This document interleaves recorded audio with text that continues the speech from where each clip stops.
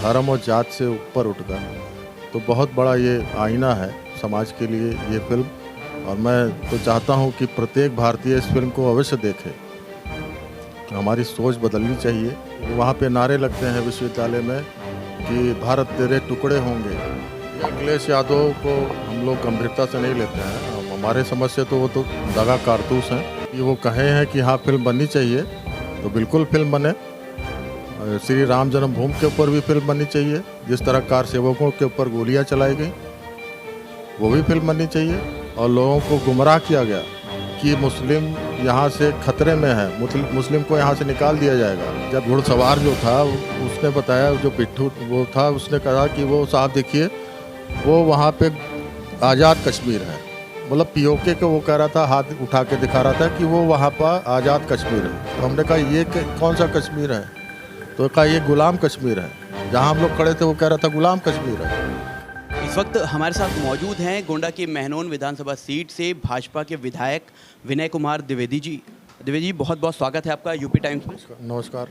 सबसे पहले तो मैं ये जानना चाहूँगा कि जनता ने आप पर एक बार फिर भरोसा जताया है और पुनः आपको विधायक बनाया है। क्या कहना चाहेंगे महनौन विधानसभा की जनता से और पूरे गोंडा के लोगों से? अब जनता का दूसरी बार आशीर्वाद मिला है। महनौन की महान जनता को मैं धन्यवाद देता हूँ, आभार प्रकट करता हूँ कि दूसरी बार हमको सेवा का अवसर दिया है। और पिछले 5 सालों में जो काम हुए हैं, विकास का कार्य हो या सरकार की जो योजनाएं हैं वो धरातल तक पहुंची हैं, उसका लाभ मिला है हम लोग को। और इसीलिए प्रदेश में प्रचंड बहुमत की सरकार बनी है।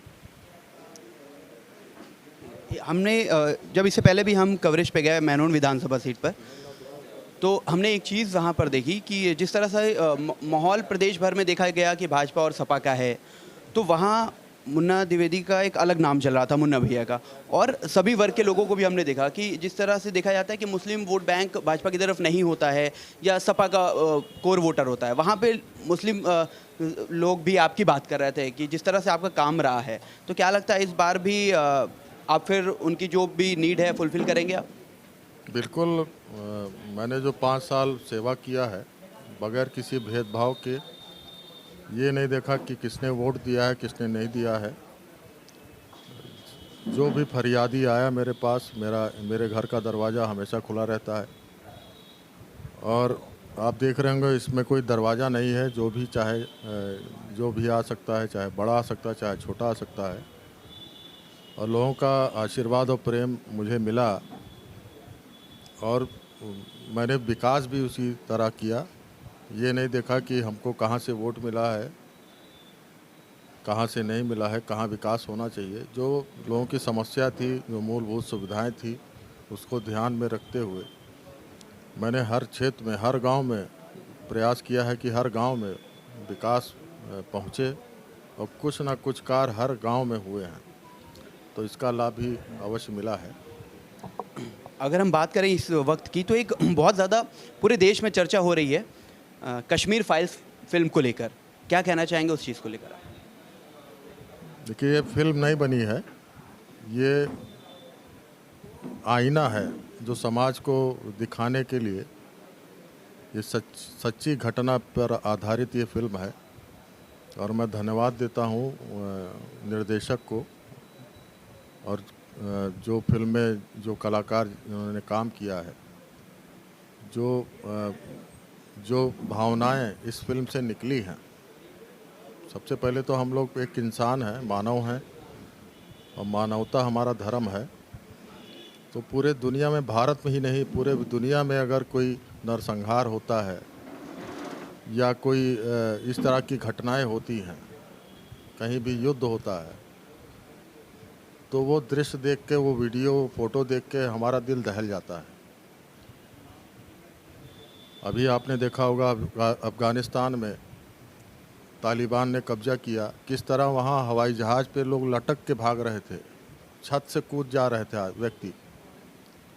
तो निर्मम दृश्य आता था। लेकिन ये जो 1990 के दशक में जो घटनाएं हुई हैं कश्मीर में, वहाँ पे कश्मीरी पंडित हों चाहे हिंदू हों, वहाँ से भगाए गए, उनके ऊपर उत्पीड़न हुआ। तो ये फिल्म जो बनी है ये समाज का एक आईना है। और ये फिल्म आप देखेंगे तो इसमें भूत और वर्तमान दोनों लेके चला गया है। भूत में जो जो हमारे साथ घटनाएं हुई उसको भी दिखाया गया है, और वर्तमान में जो दिखाया जाता है, जैसे जो विश्वविद्यालय का जो छात्र संघ का चुनाव है, वोट बैंक की राजनीति वहाँ पे वो जो प्रत्याशी रहता है वो भी कश्मीरी पंडित रहता है, लेकिन वोट बैंक की राजनीति उसको वहाँ के लोग प्रेरित करते हैं कि नहीं, वहाँ पे नारे लगते हैं विश्वविद्यालय में कि भारत तेरे टुकड़े होंगे। इस तरह के वहाँ का माहौल ये सत्यता है, इस तरह का माहौल बनाया जाता है। लेकिन वो कश्मीरी पंडित जो छात्र रहता है उसको जब सच्चाई पता चलती है कि किस तरह हमारे माँ बाप को बेरहमी से मारा गया और वो सच्ची घटना है, उसकी आँख खुलती है, तब वो राष्ट्र हित की बात करता है। तो हम लोगों को सभी को राष्ट्र हित, देश हित की बात करनी चाहिए और इसमें सहयोग करना चाहिए, धर्म और जात से ऊपर उठकर। तो बहुत बड़ा ये आईना है समाज के लिए ये फिल्म, और मैं तो चाहता हूँ कि प्रत्येक भारतीय इस फिल्म को अवश्य देखे। हमारी सोच बदलनी चाहिए, और जिस तरह समाज में जहर घोला जा रहा है, चाहे वो कांग्रेस पार्टी के द्वारा हो चाहे अन्य दलों के द्वारा हो, ये इस पे कहीं ना कहीं लगाम लगना चाहिए कि हम पहले अपने देश के बारे में सोचें, उसके बाद फिर दूसरी बात करें। आपने इसमें दो चीज़ों की बात की, एक तो नरसंहार की कि जब भी वहाँ कश्मीरी पंडित के साथ वहाँ पर हुआ, तो कुछ लोग ऐसा भी बोल रहे हैं कि अगर उस पर फिल्म बननी चाहिए तो फिर गुजरात पर भी बननी चाहिए। अखिलेश यादव का भी बयान आया, फिर लखीमपुर खीरी पर फाइल्स भी बननी चाहिए। और दूसरी तरफ अगर आप बात कर रहे हैं कि जब कश्मीर को लेकर वहाँ पर जो भी मामले हुए हैं और तमाम और भी जगहों पे इस तरह का देखा गया कि अगर हम गुजरात की ही बात करते हैं तो उससे भी सांप्रदायिकता नहीं फैल रही है, क्योंकि जिस तरह लोग निकल रहे हैं, लोगों का रवैया है, लोग गुस्से के साथ, नाराज़गी के साथ निकल रहे हैं, तो ऐसा नहीं लग रहा कि उसका भी रिएक्शन हो सकता है कहीं? अखिलेश यादव को हम लोग गंभीरता से नहीं लेते हैं। हमारे समझ से तो वो तो दगा कारतूस हैं, और वो बहुत बड़े नेता हैं, महान नेता हैं, एक आविष्कारक भी हैं, और वो कुछ ना कुछ आविष्कार करते रहते हैं। तो उनकी कथनी को क्या कहें हम लोग। यदि वो कहे हैं कि हाँ फिल्म बननी चाहिए तो बिल्कुल फिल्म बने। श्री राम जन्मभूमि के ऊपर भी फिल्म बननी चाहिए, जिस तरह कार सेवकों के ऊपर गोलियां चलाई गई वो भी फिल्म बननी चाहिए। तो जो समाज की बुराइयां हैं निश्चित रूप से वो सामने आनी चाहिए, जो भी हो उसका भी फिल्मांकन होना चाहिए, ये अच्छी बात है। लेकिन बिला वजह जैसे नागरिकता संशोधन जो कानून आया उसको एक बखेड़ा खड़ा करा गया, NRC और क्या क्या उसमें बताया गया, लोगों को गुमराह किया गया। एक जन आंदोलन पूरे भारत में छिड़ा, किसान आंदोलन आपने बिला वजह खड़ा कर दिया। तो ये प्रायोजित जो आंदोलन हो रहे हैं ये जनता देख रही है, जनता जानती है कौन हमारे साथ है, कौन हमारे साथ नहीं है। अब इस समय जब अफगानिस्तान से जो शरणार्थी भाग रहे थे वो भारत में आके शरण ले रहे थे, और वो भारत में आके ये नागरिकता संशोधन अधिनियम उन्हीं के लिए है। वो भारत के नागरिक से कोई मतलब नहीं है, लेकिन एक लोगों में एक अफवाह फैलाया गया और लोगों को गुमराह किया गया कि मुस्लिम यहाँ से खतरे में है, मुस्लिम को यहाँ से निकाल दिया जाएगा, जबकि उस अधिनियम से यहाँ के मुसलमान से कोई मतलब नहीं है, अल्पसंख्यक समाज से कोई मतलब नहीं है। जो 5 देश हैं हमारे, अफ़गानिस्तान, बांग्लादेश, पाकिस्तान, ऐसे दो देश और हैं। तो 5 देश के जो नागरिक हैं जो वहाँ से वहाँ अल्पसंख्यक हैं, वो अगर भारत आना चाहते हैं तो हम उनका स्वागत करते हैं, वो यहाँ पे आके रह सकते हैं। तो उनके पास तो कोई मुद्दा है नहीं, वो मुद्दा विहीन है। लेकिन जनता को वो गुमराह करते हैं। जैसे कोरोना वैक्सीन जब आई तो उन्होंने कहा कि नहीं ये वैक्सीन नहीं लगवाना, लेकिन उसके चलते तमाम लोगों की जान चली गई। तो ये समाज में ये समाज को गुमराह करते हैं। अच्छा, कुछ लोगों का कहना है इस फिल्म को लेकर कि इस फिल्म को पूरी तरह से जो सच्चाई है वो नहीं पेश की गई है, इसमें झूठ भी शामिल किया गया है, जिसकी वजह से माहौल में तनाव हो रहा है, एक सांप्रदायिक माहौल हो रहा है। क्या कहना चाहेंगे? देखिए, कौन क्या कह रहा है उससे हमको नहीं वास्ता है, लेकिन सच्चाई मैं खुद जाके देखा हूँ। मैं आज के कई वर्ष पहले कश्मीर घाटी में गया था। मैं गुलमर्ग, बहुत अच्छी जगह है, हमेशा वहाँ बर्फ़ पड़ी रहती है। गुलमर्ग गया तो वहाँ से वो रोपवे से वहाँ ऊपर तक गया। जब मैं पहाड़ पे पहुँचा तो वहाँ पे घोड़े से जाना था, तो घुड़सवारी किया हम लोगों ने।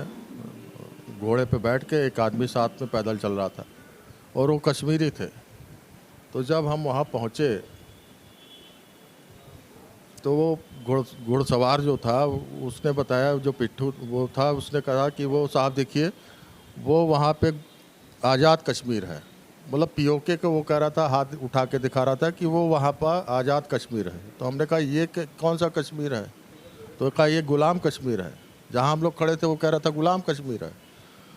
तो वहाँ पे लोगों की मानसिकता इस तरह की है। तो जो फिल्म में दिखाया गया है वो पूर्णतः सत्य है। आपको अगर विश्वास ना हो, किसी को विश्वास ना हो, तो वहाँ घाटी पे वहाँ पे जाके देख सकते हैं वहाँ पे क्या स्थिति है। पाकिस्तान का झंडा वहाँ खुलेआम लगाया जाता है। तो जो सच्चाई थी वो यहाँ पे मैं फिर से धन्यवाद देना चाहता हूँ, आभार प्रकट करना चाहता हूँ।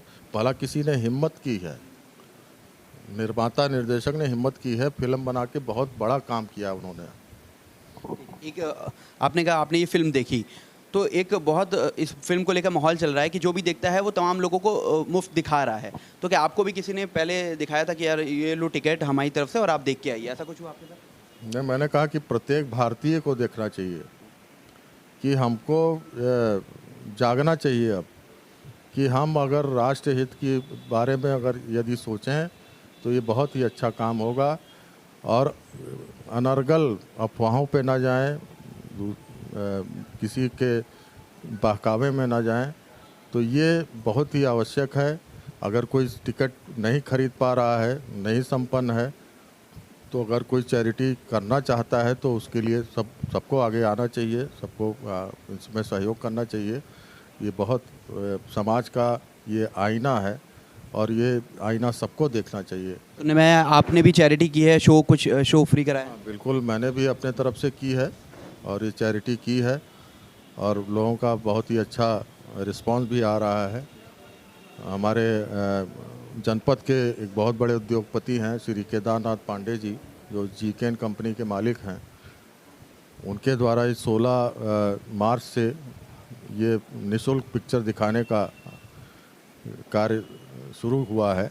तो उनसे हमने अनुरोध किया था कि 100 हमारे भी ओर से आपके चैरिटी के माध्यम से नाथ ट्रस्ट सेवा की तरफ से करा दिया जाए। तो मेरा अनुरोध उन्होंने स्वीकार किया है। उसका जो भी खर्चा लगेगा मैं अपने ओर से दे रहा हूँ। तो ये बहुत ही कड़वा सच है जिसको हमें देखना है और इसको आत्ममंथन करना है अपने अंदर, कि हम किस दिशा में जा रहे हैं और हम भारत को कहाँ ले जाना चाह रहे हैं। कल होली भी है, आज छोटी होली है, क्या कहना चाहेंगे गोंडा की तमाम जनता? कल होली है। मैं क्षेत्रवासियों को, देशवासियों को, सबको हार्दिक बधाई देता हूँ, शुभकामना देता हूँ। ये हंसी खुशी का त्यौहार है। हम सब मिल के होली का त्यौहार मनाएं, सबके गले मिलें और हमारे घर में रोज़ दिवाली हो, रोज़ होली हो, रोज़ ईद हो।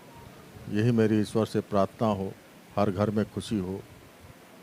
हम सबको शुभकामनाएं देते हैं अपनी ओर से। बहुत बहुत धन्यवाद। तो ये थे विनय कुमार द्विवेदी जी। आप ऐसी तमाम अपडेट्स के लिए, ऐसी खबरों के लिए देखते रहिए यूपी टाइम्स। मैं फरहान आकिब खान, मुझे दीजिए इजाज़त। धन्यवाद।